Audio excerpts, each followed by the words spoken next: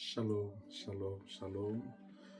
Nous rendons grâce à Dieu pour ces moments qui nous accorde de se présenter devant de vous et de vous parler de sa part. Que toute la gloire revienne à Dieu. Bienvenue à tous à ces marathons de prières et des autels à Elohim. Nous rendons grâce à notre Dieu, Elohim, le Dieu créateur du ciel et de la terre, pour son amour, sa grâce et sa miséricorde, parce qu'il nous accorde encore ces moments afin que nous puissions nous connecter dans sa présence pour apprendre et vraiment apprendre de sa parole et pratiquer, mettre en pratique la théorie. Nous avons dit que notre séminaire va s'étendre du 3 au 31 décembre. Et pendant ces 13 jours, ça sera mercredi, vendredi, dimanche, mercredi à 18h et vendredi à 22h, de 22h à minuit. Dimanche, c'est de 10h30 à 12h30. Et pendant tout ce temps, nous serons en jeûne et prière. Les mercredis, toute la journée, nous nous connectons à 18h et nous allons prier de 18h à 19h30. Vendredi, nous sommes en prière toute la journée. Et nous allons nous connecter à 22h, de 22h à minuit. Et après, tu peux lever ton jeûne. Les dimanches, c'est toute la matinée, toute l'avant-midi. Donc, nous allons prier de 10h30 à 12h30 pour notre rencontre de prière. Alors, pendant ces 13 jours, nous allons ensemble aller voir les 13 autels qu'Abraham, notre père dans la foi, il a bâti pour Elohim, le Dieu créateur. Alors, bien aimé dans le Seigneur, pendant ces 3 jours, ces 13 jours, comme nous avons dit, ce sera 13 jours de prière. Et pendant ces 13 jours de prière, nous allons apprendre les 13 autels qu'a bâti Abraham. Nous allons prier et bâtir aussi ces 13 autels. Donc, avant tout, permettez-moi de dire un mot sur Abraham, notre Père dans la foi. Et s'il est vraiment notre Père dans la foi, nous devons avoir son ADN. Nous devons avoir sa nature. Nous devons avoir l'esprit du Père en nous. Abraham, comme vous le savez, nous sommes dans Genèse chapitre 12. La Bible dit, l'Éternel dit à Abraham,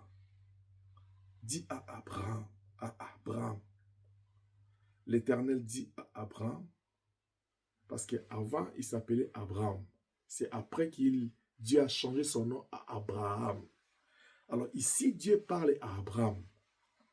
Va-t'en de ton pays, de ta patrie, de la maison de ton père, dans le pays que je te montrerai.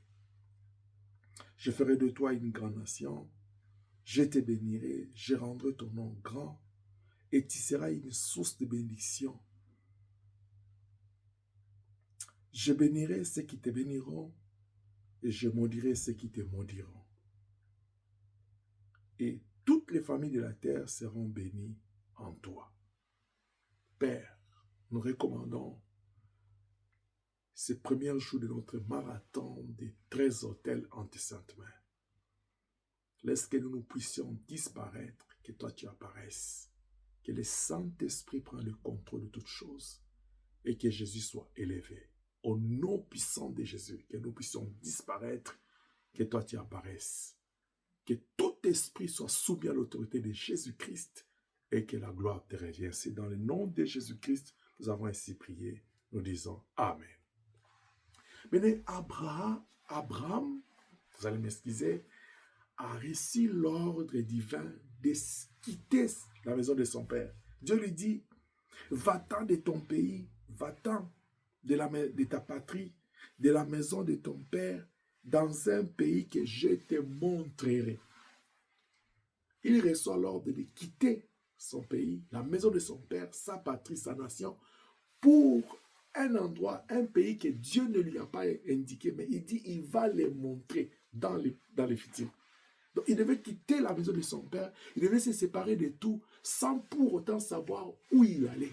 Mais le Seigneur qui a donné l'ordre à Abraham, il savait vers où, ou bien il savait où il a mené Abraham.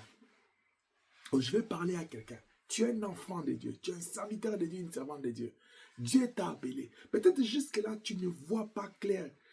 Tu as les promesses de Dieu, tu ne vois pas clair. Mais laisse-moi te dire, c'est lui qui t'a appelé, c'est lui qui t'a promis, c'est lui qui t'a fait des promesses, il est fidèle, il est Dieu. La Bible dit, il ne dort pas, il ne somnole pas, il sait vers où il t'amène. Peut-être que tu marches avec Dieu des années, mais tu vois, tout semble noir devant toi. Tu ne vois pas clair, tu ne vois pas les choses telles que toi tu les désires, ou bien selon ton entendement, selon tes désirs. Mais laisse-moi te dire une chose, qu'au-delà de toutes ces choses, que tu es en train de vivre, au-delà de toutes ces choses que tu es en train d'expérimenter dans ta vie, laisse-moi te dire, bien-aimé, que le Seigneur Dieu est grand, le Seigneur Dieu est redoutable. Je disais que le Seigneur Dieu est grand, le Seigneur Dieu est redoutable. Au-delà de tout ce que tu vis, Dieu est puissant. Est-ce que quelqu'un peut dire Dieu est puissant? Est-ce que quelqu'un peut dire Dieu est grand? Est-ce que quelqu'un peut dire Dieu est bon? Parce que celui qui t'a demandé de quitter la maison de ton père, de quitter ta nation, de quitter ta patrie, il sait vers où. Il sait où il t'amène. Parce qu'il sait d'où il t'a pris et il sait vers où il t'amène ou bien il sait où il veut que tu puisses t'en aller. Abraham a reçu l'appel. Cet appel constituait une histoire qui a commencé avec Dieu. Quand Dieu te localise, quand Dieu te pointe, quand Dieu te choisit, c'est que Dieu a une histoire avec toi. Et j'aimerais que quelqu'un dise, j'ai une histoire avec Dieu. Dieu a une histoire avec moi. Alors maintenant que tu as accepté l'appel de Dieu, maintenant que tu as obéi à l'appel de Dieu, à la voix de Dieu, et que tu es sorti de la maison de ton père, tu es sorti de ta patrie, de ta nation, même si tu ne vois pas, tu ne sais pas vers où Dieu t'amène, laisse-toi. La Bible dit, il est avantageux pour vous que je m'en aille. Si je ne m'en vais pas, le Saint-Esprit ne viendra pas. Quand le Saint-Esprit viendra, il vous conduira dans toute la vérité. C'est-à-dire, le Saint-Esprit, il a les yeux de voir là où nous ne voyons pas. Rappelez-vous de ce que Jean décrit dans l'Apocalypse. Cet homme-là qui a les yeux partout. C'est-à-dire, Dieu, il voit partout. Et j'ai toujours dit, Dieu, il voit partout au même moment. Et Dieu entend partout au même moment. Là, on l'invoque au nord, au sud, à l'est, à l'ouest, au même moment, Dieu entend. Il dit à Moïse, il dit, j'ai entendu les cris de mon peuple qui lui fait pousser l'oppresseur. C'est-à-dire, Dieu pouvait distinguer que Josué a dit ceci, Caleb a dit ça, tel a dit ceci, tel autre a dit ceci, cet enfant il dit ça. Dieu est capable, il est capable de différencier dans une assemblée de 5, 10 000, 1000 multitudes de personnes, de différencier qui a dit quoi, qui veut quoi.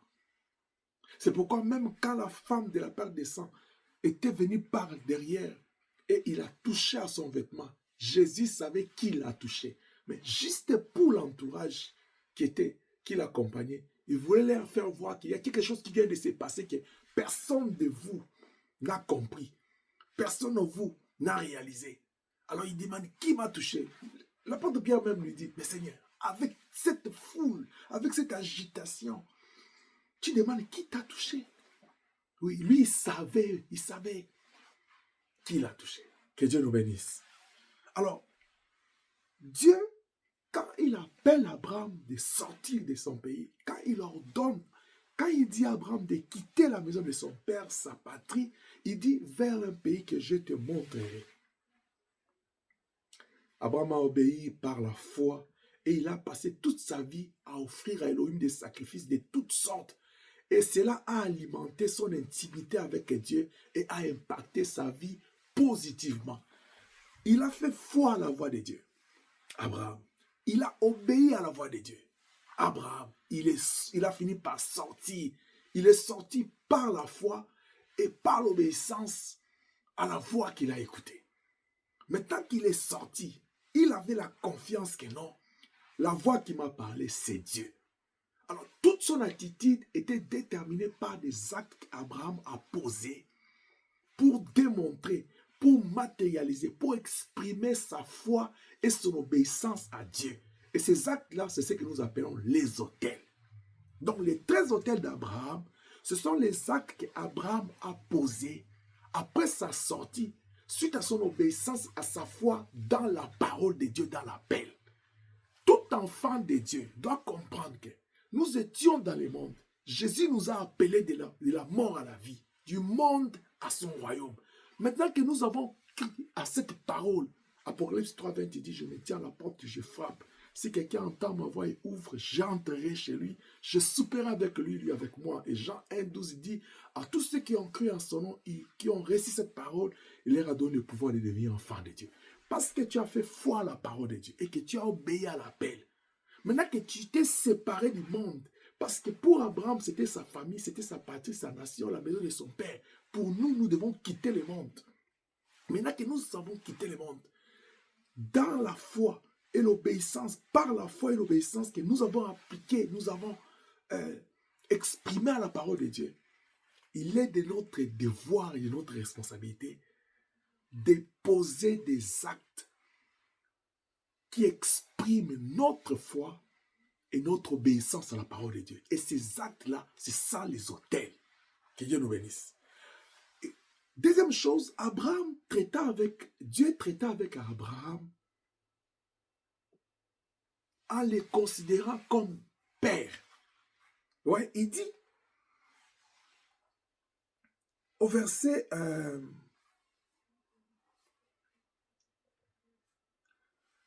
il dit, je ferai de toi une grande nation.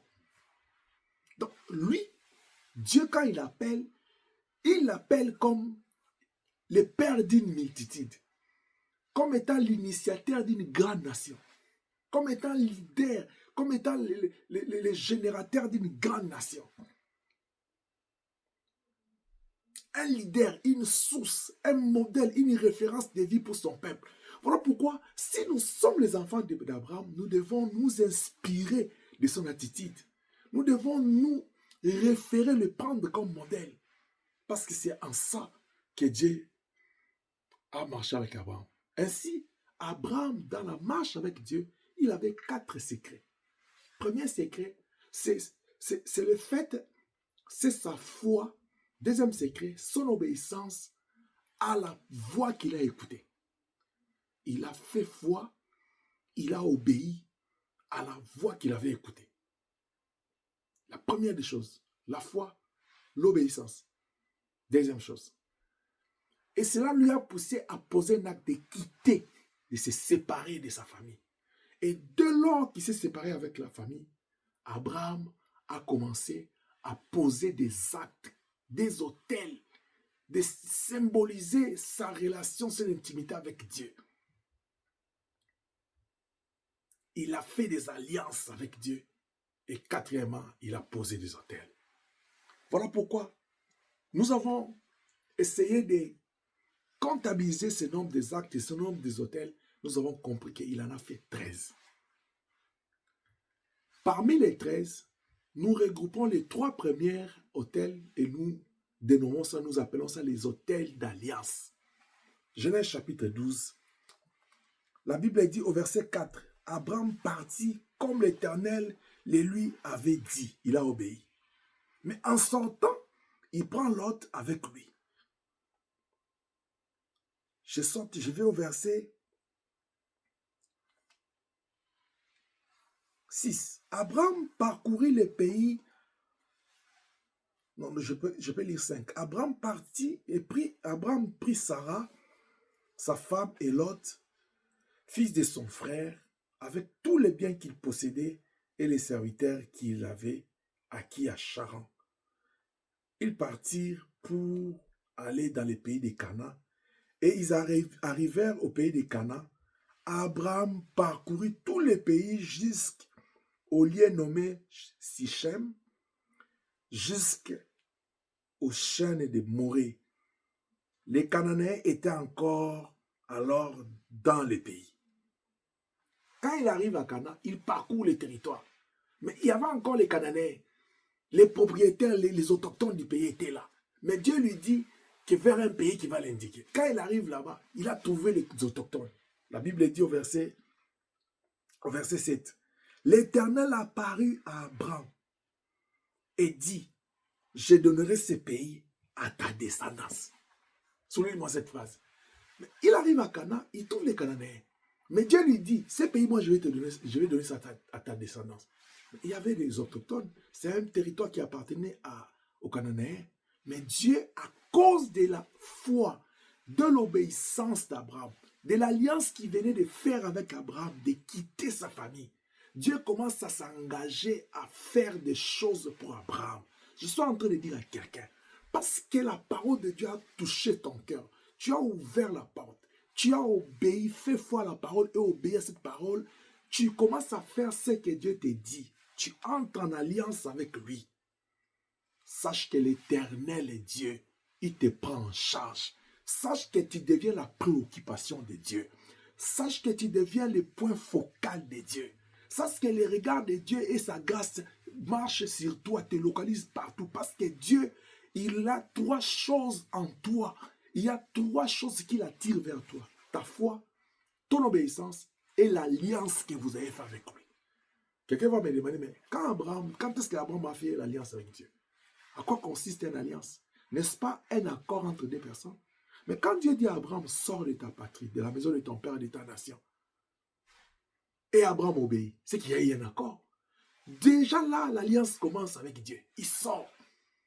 Parce qu'il y a eu des choses que Dieu lui a promis et il y a eu des choses que Dieu lui a recommandées. Abraham a fait ce que Dieu lui a dit de quitter et Dieu était obligé de venir accomplir ce qu'il a promis. Parce que dans l'accord, il y a toujours des promesses, il y a aussi les promesses que l'autre fait et des exigences. L'exigence pour Abraham que Dieu avait posée à Abraham, c'était de quitter sa famille. Et les avantages, Dieu a promis de les rendre grands, de les rendre bénis, prospères et source de bénédiction pour toutes les nations. Maintenant qu'Abraham a obéi à cette parole, il a fait foi à cette parole, l'alliance a commencé à avoir ses effets. La Bible dit, Dieu a apparu à Abraham alors qu'il était arrivé à Canaan. Quand Abraham arrive à Canaan, jusque-là, Abraham ne savait pas que c'était Canaan, le territoire que Dieu avait prévu pour lui, que le Seigneur lui avait dit au début, je te montrerai. Abraham ne savait rien. C'est pourquoi quand il est arrivé, il trouve qu'il y a encore les Cananéens, les autochtones, il dit, bon, je vois un territoire, il y a les peuples qui sont là, qu'est-ce que je vais faire? Alors Dieu voyait dans son cœur, celui qui sombre dans les reins, juste dans nos cœurs, juste dans nos reins, il voit. C'est de la même manière, moi et toi. Tu peux être préoccupé par un problème, le Seigneur, il te voit. Mais parce que tu as la foi et tu es obéissant, et ensuite tu es en alliance avec Dieu, Dieu va venir vers toi. Parce que c'est un Dieu fidèle. Laisse que l'Élohim te fasse grâce là où tu es et qu'il te bénisse au nom de Jésus-Christ. Alléluia. Que notre Dieu soit béni. La Bible dit, quand Dieu dit à Abraham cela, au verset 7, l'Éternel apparaît à Abraham et dit, je donnerai ce pays à ta postérité. Qu'est-ce qu'Abraham fait? Dieu lui fait une promesse. La première promesse dans l'alliance, la première promesse de l'alliance, Dieu lui dit, je donnerai ce pays à ta postérité. Abraham a écouté ça et dit, wow, ça commence bien. Qu'est-ce qu'il a fait directement? La Bible dit, et Abraham bâtit là un autel à l'Éternel qui lui a été apparu. Là où Dieu a été avec lui. Parce qu'il est sorti avec ses biens. Il avait des bétails, il avait ses animaux, il avait tout ce troupeau. Il a pris, il a bâti l'autel. Il avait les possibilités, il a bâti l'autel. Pourquoi il a bâti l'autel? Parce qu'il y a eu une parole de bénédiction, une promesse qui est lâchée. Vous voyez, dans l'alliance, Dieu nous promet des choses. La parole de Dieu, c'est une prophétie qui est remplie de promesses pour nous.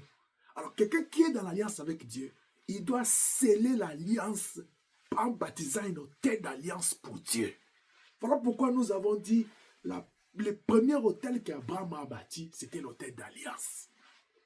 Et vous allez voir qu'Abraham a bâti 3 fois les autels d'alliance. C'est pourquoi j'ai dit les 3 premiers parmi les 13 sont appelés autels d'alliance. Au verset, quand il a bâti cet autel-là, la Bible dit, au verset 8, il se transporta de là vers les montagnes à l'orient de Bethel. Donc il a quitté Canaan, il va vers Bethel, à l'est de Bethel. Non, à l'est, oui, de Bethel. Et il dressa ses tentes. Il laisse les Cananéens parce que Dieu lui a dit, je donnerai ça à ta descendance. Il a compris que non. Ça, c'est une promesse qui viendra. Pour le moment là, je ne vais pas avoir de problème ici. Je ne vais pas m'installer ici. Il va vers l'Orient de Bethel. Et ce qui est bien, Bethel, c'est la maison de Dieu. Il va aller s'installer à côté de la maison de Dieu. Je te pose la question. Toi qui es en alliance avec Dieu, où est-ce que tu attends l'accomplissement de tes promesses? C'est dans la présence de Dieu ou loin? Est-ce que tu fais comme Naomi et les mecs qui sont partis vers Moab? Ils ont quitté la maison du père Bethléem pour aller vers Moab. Non, non. Abraham, il choisit l'est de Bethel. Il dit, Bethel, c'est la maison de Dieu. Quand Jacob, son petit-fils, il va rencontrer Dieu sur la plaine de Luz, il dit, c'est Bethel, la maison de Dieu. Il choisit là-bas, il va aller s'installer. Il dit, non, je vais attendre les promesses de Dieu dans sa présence. Comme ça, chaque jour, quand Dieu renouvelle ses bontés, il me voit et dit, oh, mais celui-là, je l'ai promis. Il est là toujours persévérant. N'est-ce pas qu'il est écrit, celui qui persévérera jusqu'à la fin sera sauvé? N'est-ce pas qu'il est écrit, fais de l'Éternel tes délices, il te donnera ce que ton cœur désire? Là où la question se pose, où est-ce que tu attends les promesses, l'accomplissement des promesses de Dieu dans ta vie? Comment est-ce que tu attends l'accomplissement des promesses de Dieu? À l'orient de Bethel, ou bien tu vas vers Haï? Parce que Haï a aussi sa signification. C'est ça le problème. Où est-ce que toi tu attends la bénédiction de Dieu dans ta vie? Alléluia. La Bible dit, quand il arrive là-bas, au verset 8, on dit, il dressa ses tentes ayant Bethel à l'occident et Haï à l'orient. Il bâtit encore là un hôtel à l'Éternel. On dit encore. C'est-à-dire, à Cana, il a bâti un hôtel. À Bethel, à côté, à l'orient à l'occident de Bethel, au orient de Haï, il bâtit encore un hôtel, un deuxième. Toujours dans l'alliance. Parce que quand il quitte Cana, il arrive là-bas, il trouve le territoire, il dit, je vais m'installer ici. Alors, pour s'installer là, il bâtit un hôtel. Comment est-ce que tu fais pour prendre possession d'une élévation?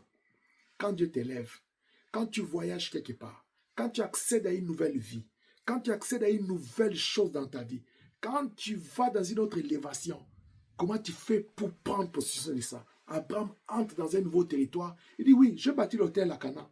Mais ça, c'était pour sceller la promesse que Dieu m'a donnée, faite par l'Éternel. Mais ici, je trouve un espace. À Cana, je n'ai pas trouvé d'espace pour m'installer parce que j'ai trouvé des autochtones. Mais ici, je trouve de l'espace pour moi. Je vais m'installer ici. Mais avant que je m'installe, il faut que je bâtisse l'hôtel. Parce que je ne sais pas qui est passé avant moi ici. Parce que je ne sais pas qu'est-ce qui s'est fait ici. Parce que je ne sais pas dans les airs quels sont les esprits qui contrôlent ici. Parce que je ne sais pas qui sont les dominations, les autorités qui trônent ici. Je vais bâtir l'hôtel. Bien aimé, la Bible est certes. La Bible nous dit, là où fou les plans de pied vous est donné en possession. Oui. Mais est-ce que quand toi tu arrives dans cet endroit, est-ce que quel geste de foi que tu poses, quel acte de foi que tu poses? C'est quoi l'hôtel que tu bâtis là? Pour confirmer que non, je prends possession de cet endroit. C'est quoi tu bâtis?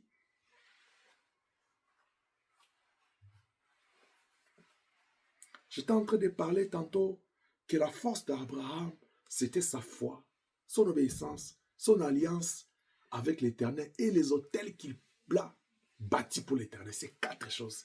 Et nous avons dit que l'alliance, c'était un accord entre 2 parties.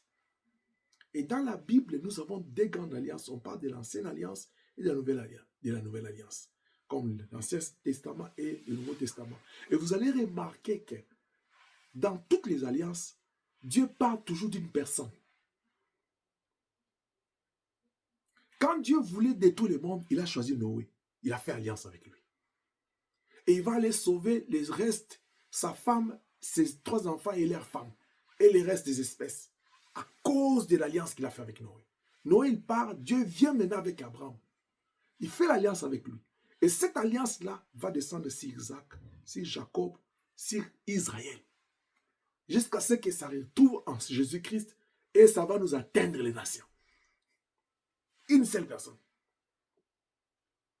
L'ancienne alliance, c'est la préfiguration de la nouvelle alliance. Parce qu'au travers d'une personne, Dieu sauve le monde.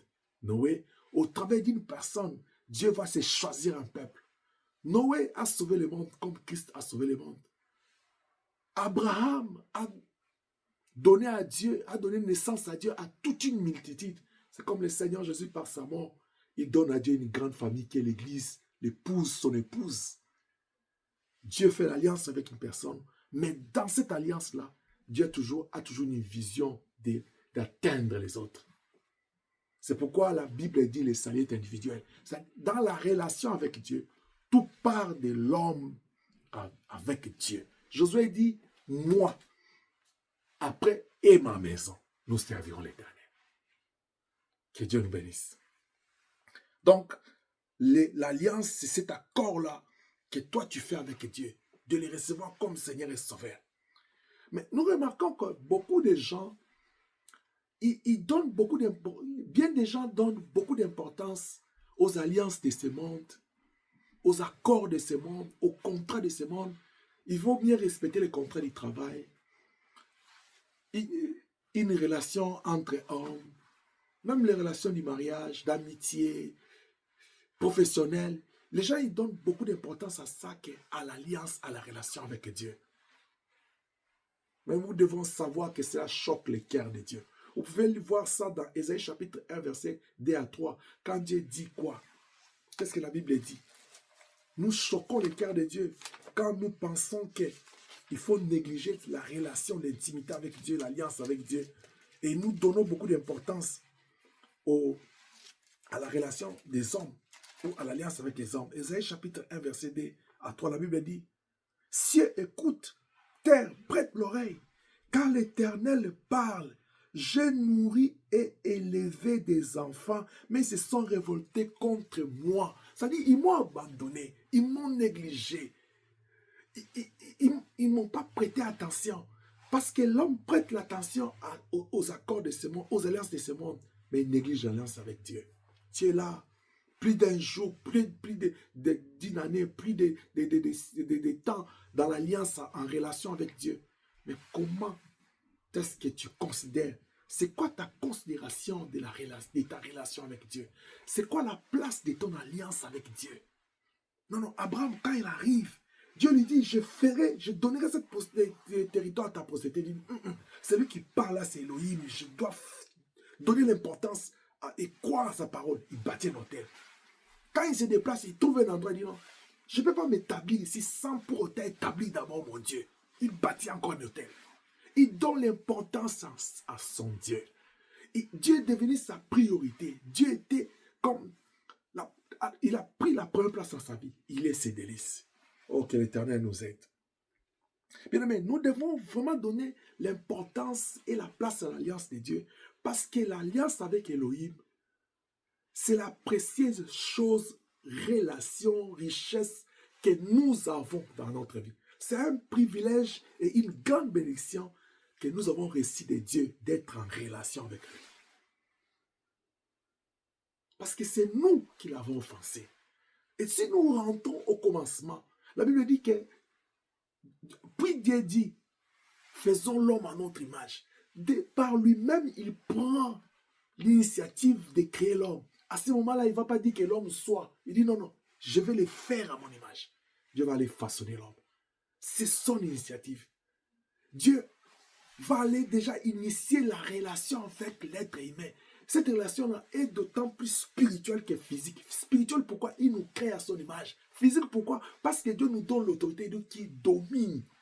Dieu nous donne il nous fait ce privilège de vivre comme lui. C'est pourquoi David dit dans Psaume, pourtant nous sommes des dieux, mais nous mourons comme des humains, parce que nous ne réalisons pas les privilèges que nous avons reçus d'Élohim, d'être ses enfants, d'être d'être créés à son image, d'être ses semblables, sa photocopie, gloire au Seigneur. Donc, être en alliance avec Dieu, être en accord avec Dieu, avoir fait cette alliance, être en intimité, en relation intime avec Elohim, la Bible dit à tous ceux qui ont cru à son nom, qui l'ont reçu, il leur a donné le pouvoir de devenir enfants de Dieu. C'est-à-dire, toi, en tant qu'enfant de Dieu, en tant que serviteur de Dieu, tu dois vraiment protéger l'alliance et prendre soin de cette relation avec Dieu. L'alliance avec Elohim nous fait du bien, bien-aimé, et nous apporte des faveurs, ses faveurs et sa bonté, comme il les renouvelle chaque matin. L'alliance, quand quelqu'un est en alliance avec Dieu, ça apporte les compassions de Dieu. Je vais revenir sur ces points quand je vais parler de l'importance de l'alliance. Donc, parmi les 4 piliers d'Abraham, Abraham avait la foi, l'obéissance, l'alliance avec Dieu et il a bâti les autels. C'est quoi un autel? Dans les temps anciens, nous voyons qu'il y avait 3 formes d'autels. D'abord, déjà, il y avait les autels d'offrande que le peuple devait bâtir. Kaya, il a bâti ça. C'est comme une table qui peut être en pierre ou bien en bois, mais on a besoin du feu et il y a l'holocauste, comme les sacrifices là au-dessus. Kaya avait mis un animal et Abel avait mis un animal, mais Caïn pour lui c'était les légumes parce qu'il travaillait dans les champs. Et le feu avait comme rôle de consumer l'holocauste et la fumée montait vers Dieu. Dieu agréa l'offrande d'Abel parce que c'était l'offrande du sang. Cet autel-là, c'est l'autel des offrandes. Et vous voyez voir où des sacrifices, où vous allez voir même dans les temples, il y avait un autel de sacrifice, là où le peuple venait avec les animaux, l'agneau, pour qu'on découpe la tête afin de sa purification du péché. Mais il y avait aussi les services. L'autel est aussi l'image des services qu'on rendait au temple. Parce que là, comme dans les lieux saints, il y avait une table de pain de proposition. Les Lévites, les sacrificateurs, ils étaient en train de rendre service là-bas. C'était un autel qui était dedans. Donc, premier type d'autel dans l'Ancien Testament, c'est l'autel des offrandes et des services. Mais il y a aussi, comme vous prenez l'exemple de Jacob, quand il a vu dans sa vision le trône de Dieu, il s'est réveillé, il a pris la pierre, il a posé là comme un symbole.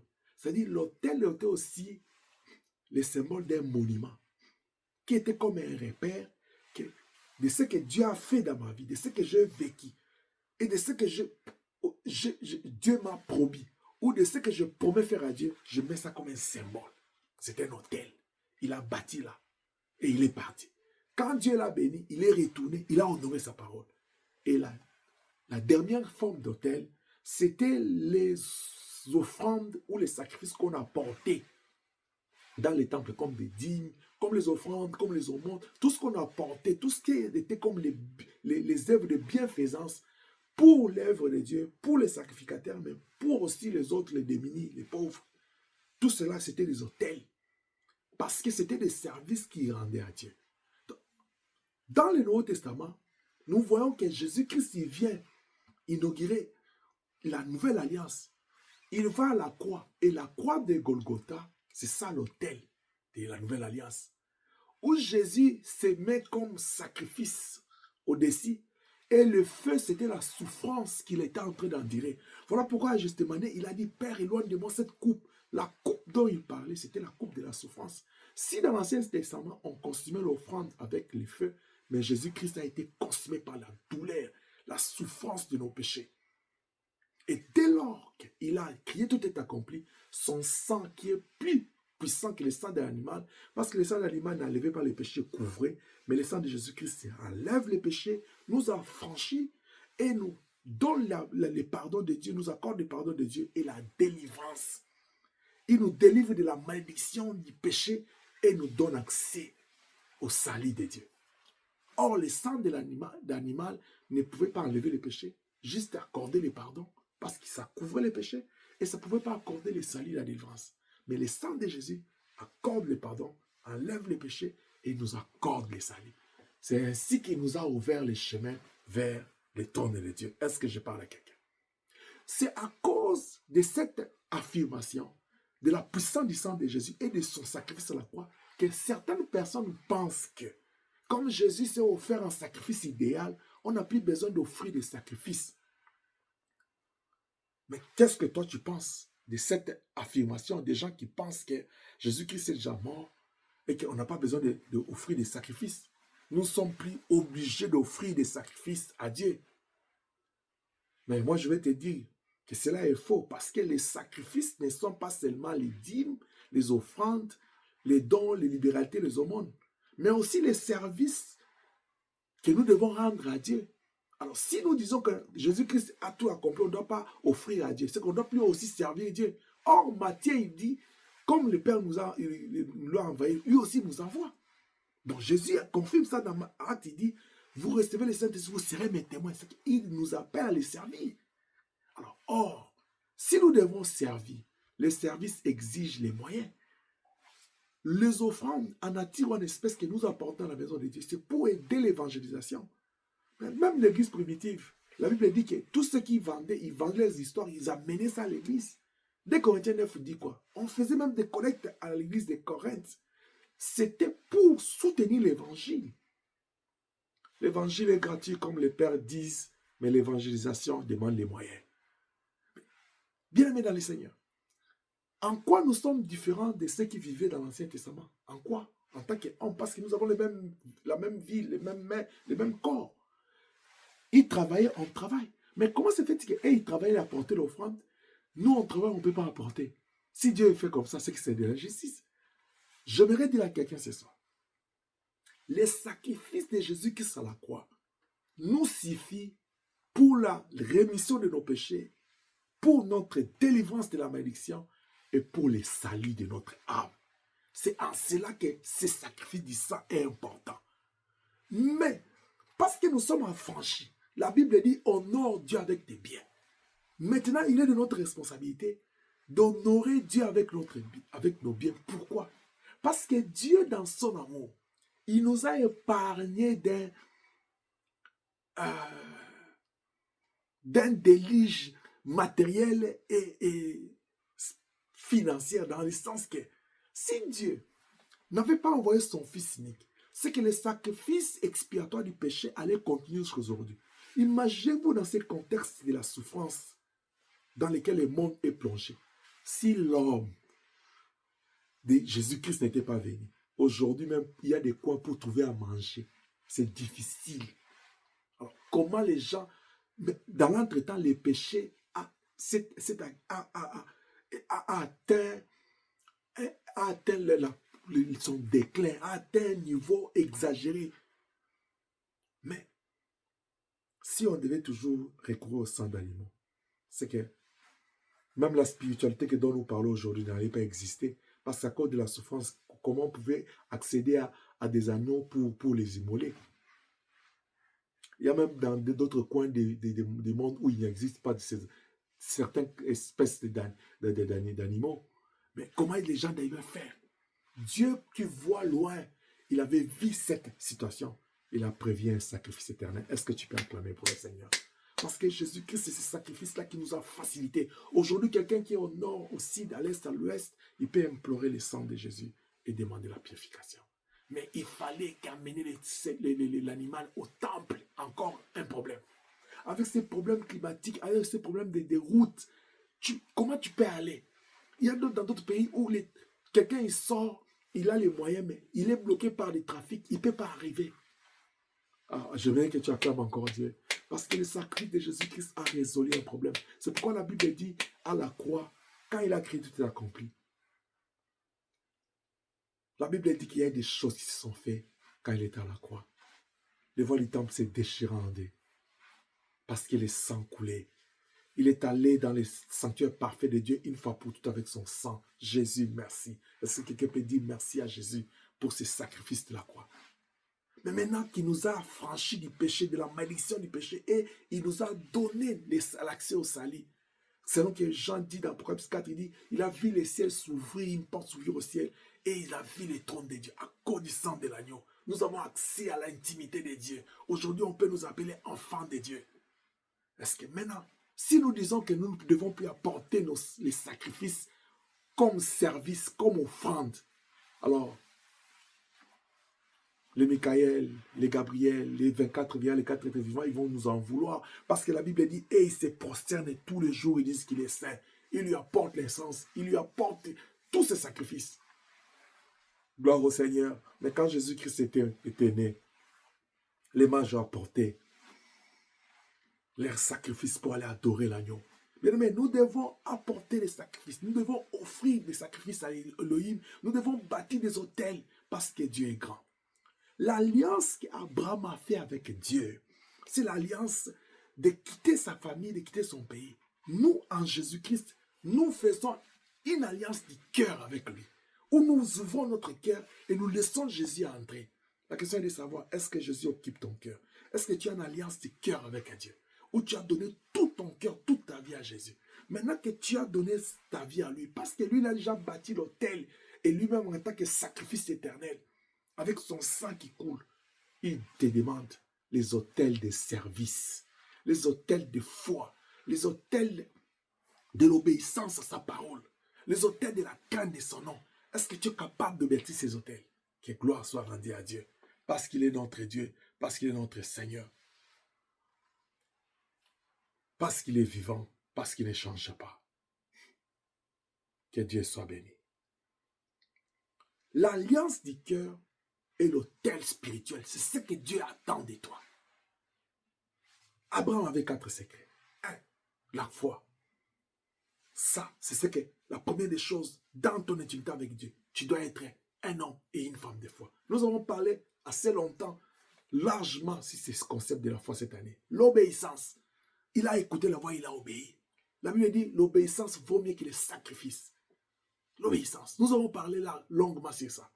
Et la Bible dit, ça, la foi, il est difficile de lui être agréable. Troisième chose, l'alliance. Cet accord avec Dieu. Dieu lui donne l'ordre, il comprend que non, Dieu n'est pas à jouer avec. Dieu, c'est le tout-puissant, c'est l'être suprême. Il dit, j'obéis. Il y a des gens qui veulent négocier avec Dieu, qui veulent discuter avec Dieu. Dieu, il est le souverain. Quand il dit, nous obéissons, il donne l'ordre, nous obéissons. Et je m'aimerais même aller plus loin pour dire, Dieu nous parle au travers de ses serviteurs. Écoutez les 7 lettres aux églises. Il dit, parle à l'ange de l'église telle. C'est-à-dire, même quand Dieu parle à son serviteur, il faut écouter. Parce qu'il n'est pas écouter l'homme de Dieu, ce n'est pas écouter celui qui l'a envoyé. Jérémie dit, j'ai mis mes paroles sur tes lèvres. C'est-à-dire, un homme de Dieu, quand il parle de la part de Dieu. Ne pas l'écouter, ce n'est pas écouter celui qui l'a envoyé. Que Dieu nous bénisse. Alors, cette alliance du cœur que nous avons fait, quand nous avons ouvert notre cœur à Dieu, nous sommes séparés du péché, du monde, de toutes nos habitudes, et de tous les traits de ce monde, et nous avons confié notre âme au Seigneur. Dis, prends ma vie, entre dans ma vie, sois mon Seigneur et mon Sauveur. Tu as fait cette alliance-là. C'est en cela que Dieu est en train de t'appeler. C'est en cela que Dieu est en train de te voir. L'alliance du cœur. Maintenant, l'autel spirituel. Nous, Jésus-Christ s'est apporté la croix à Golgotha. L'autel spirituel, l'autel éternel. Et il s'est mis comme sacrifice d'ici. Et la souffrance était le feu. Il a déjà bâti un autel pour nous. Et il attend de nous un autel spirituel dans le cœur qui doit être concrétisé, matérialisé par des actes. Dire que j'aime Dieu ne suffit pas. Dire que je connais Dieu ne suffit pas. Dire que je sers Dieu ne suffit pas. Car la foi sans œuvre est une foi morte. Dieu attend de nous des actes. Une alliance du cœur a besoin aussi d'être scellée par des actes de foi publics. Et l'autel en est un moyen pour sceller son alliance avec Dieu. Et l'autel d'alliance, c'est un vrai repère. Tout ce que je fais, je pose comme acte dans la foi, dans l'obéissance pour Dieu. Tout service, toute action que je pose, parce que la Bible me dit, je crois à la parole de Dieu, je pose un acte. Parce que je le fais pour Dieu, je fais un engagement et je dis, Seigneur, parce que tu es mon Seigneur et mon Sauveur, moi je vais commencer à prier pour l'église chaque fois. C'est ça un autel pour toi. Fais de ton engagement un autel. Parce que tu l'as pris dans ton cœur, tu dis, je vais bâtir. Tout engagement que tu prends, toute promesse que tu fais. C'est pourquoi faites attention, la Bible dit, vaut mieux ne pas faire un vœu au lieu de faire pour ne pas accomplir. Quand tu fais un vœu à l'Éternel, tu ne l'accomplis pas. Tu t'en tires des malédictions pour rien, toi-même. Mais un homme qui comprend que je suis en alliance avec Dieu. Pourquoi je suis en alliance avec lui? Parce qu'il m'a appelé, j'ai écouté, j'ai fait, j'ai crié à cette parole et j'ai obéi. Je l'ai reçu comme Seigneur et Sauveur. Maintenant, je dois vivre de manière à ce que tout ce que je fais, tout ce que je dis, tout ce que je pense doit être la matérialisation de notre alliance. C'est comme ça qu'Abraham, après être sorti de la maison de son père, tout ce qui préoccupait Abraham, c'était de matérialiser, de montrer, de démontrer sa foi et son obéissance à Dieu. Je vais terminer cette partie pour te dire, quand Dieu parlait à Abraham, c'est lui qui a écouté. Mais s'il a commencé à fermer ses histoires, il a dit à sa femme, Dieu m'a dit. Mais s'il n'avait pas parlé, sa femme n'allait pas savoir. Il a dit à son village, Dieu m'a dit de partir. S'il n'avait pas parlé, personne n'allait savoir. Mais même s'il avait parlé et il n'a pas fait, il n'a pas exécuté ça, les gens allaient même lui dire, mais toi tu avais dit hier là que Dieu t'a dit de partir, mais qu'est-ce que tu fais ici? Tu vois, ce que Dieu te demande de faire, ce que Dieu te recommande de faire, si tu écoutes, la première des choses, tu dois faire foi à ça. Deuxièmement, tu dois obéir. Ça, c'est lié à toi. Mais les actes, tu dois parler. Dieu m'a dit. Combien de fois tu parles de Dieu? Tu sais, quand tu parles de Dieu aux autres, tu es lié à ta parole. C'est comme moi, je vous prêche, je suis lié à cette parole. C'est pourquoi Paul dit à Timothée, quelque part, dit, garde-toi d'observer ce que tu enseignes. Parce que tu dois être un modèle. Alors, c'est parce que tu ne veux même pas en parler de Dieu. Comment tu vas t'adapter? Comment tu vas te conformer à cette parole? Abraham a parlé. Maintenant, si tu parles, il faut maintenant agir. Il a agi, il a pris ses affaires, il est parti. Dès lors qu'il est sorti, il était en train de vivre dans son alliance. Il sait que non, je suis ici loin de ma famille parce que j'ai accepté une alliance avec Elohim. Pourquoi tu es chrétien? Pourquoi tu es serviteur? Pourquoi tu es servant de Dieu? Je vais dire à un chrétien, à un enfant de Dieu, à un serviteur servant de Dieu, dès lors que tu acceptes l'alliance de devenir enfant de Dieu, dès lors que tu acceptes l'alliance de devenir serviteur servante, peu importe ce que tu vis, même si c'est loin de la gloire, même si c'est dans la souffrance, accepte, fais foi à celui qui t'a appelé, va, il connaît Cana. Il lui dit, vers un pays que je te montrerai. Il va lui montrer le pays. Au lieu qu'il s'établisse là, il dit, je donnerai ça à ta descendance. Donc, peut-être tu attends que non, je vais être serviteur de la gloire, viens. La vie déjà physique, c'est un combat. Et la vie d'un homme de Dieu, la vie spirituelle de l'Église, c'est encore un combat spirituel. Je t'exhorte par les compassions de Dieu à comprendre que quand on est en alliance avec Dieu, l'alliance l'alliance ne se termine pas, n'échoue pas dans les cœurs. Oh non, moi j'ai l'alliance, non. L'alliance ne consiste pas seulement à parler. Oh, moi je suis en relation avec Dieu. Non, non. L'alliance consiste à croire dans les cœurs, à faire foi dans les cœurs, à obéir à la voix de Dieu, à confesser cela et à poser des actes. C'est comme ça qu'Abraham, toute sa vie, il n'a fait que poser des actes et il a bâti les 13 autels. Par la grâce de Dieu, nous allons parler de l'importance de l'alliance et des autels. Et après, c'est quand nous allons maintenant aborder les sujets sur les autels. Que la paix de Dieu soit avec vous partout où vous êtes. Que le Seigneur vous bénisse. Et que si cette parole t'a apporté quelque chose de plus, laisse que tu pries avec moi. Elohim, toi le Dieu des alliances, toi qui apprécies les autels, toi qui sondes nos cœurs, juste dans nos reins, qui crée le vouloir les faire, qui te plaise, oh Jéhovah, de créer en nous le vouloir et le faire, de faire l'alliance avec toi, de conclure l'alliance avec toi, de bâtir des autels, de concrétiser cet autel, cette alliance par des actes qui démontrera au monde que Dieu est avec moi et moi j'ai choisi Dieu. La Bible dit, c'est avec un ardent désir que le monde attend la révélation des enfants de Dieu. Mais laisse que cette révélation soit d'abord spirituelle pour l'Église, parce que l'Église en a besoin. Que tous ceux qui ont reçu l'appel, qui ont écouté la voix, parce qu'il est écrit aujourd'hui, si vous entendez ma voix, n'endurcissez pas vos cœurs, parce qu'ils ont entendu la voix de Dieu. Que tous ces gens-là croient à ta parole, obéissent à ton appel, qu'ils puissent, Éternel, conclure l'alliance avec toi. Et dès lors qu'ils sont en alliance avec toi, qu'ils puissent vivre dans l'alliance, cela veut dire qu'ils continuent à t'offrir des services et, Éternel notre Dieu, à être des serviteurs pour toi en te bâtissant des autels dignes de ton nom. Je détruis tout aveuglement, toute incrédulité, tout éternel notre Dieu, chose, situation ou réalité de la vie qui nous empêche de te bâtir des hôtels, je les renvoie loin au nom puissant de Jésus. La Bible dit, qu'est-ce qui nous séparera de l'amour de Jésus-Christ? L'amour de Dieu qui s'est manifesté en Jésus-Christ. Lui qui s'est donné pour nous. Il a pris notre place. Il s'est transformé en sacrifice agréable devant Dieu. Par son sang, nous sommes affranchis de la malédiction du péché et nous avons le pardon et le salut de Dieu.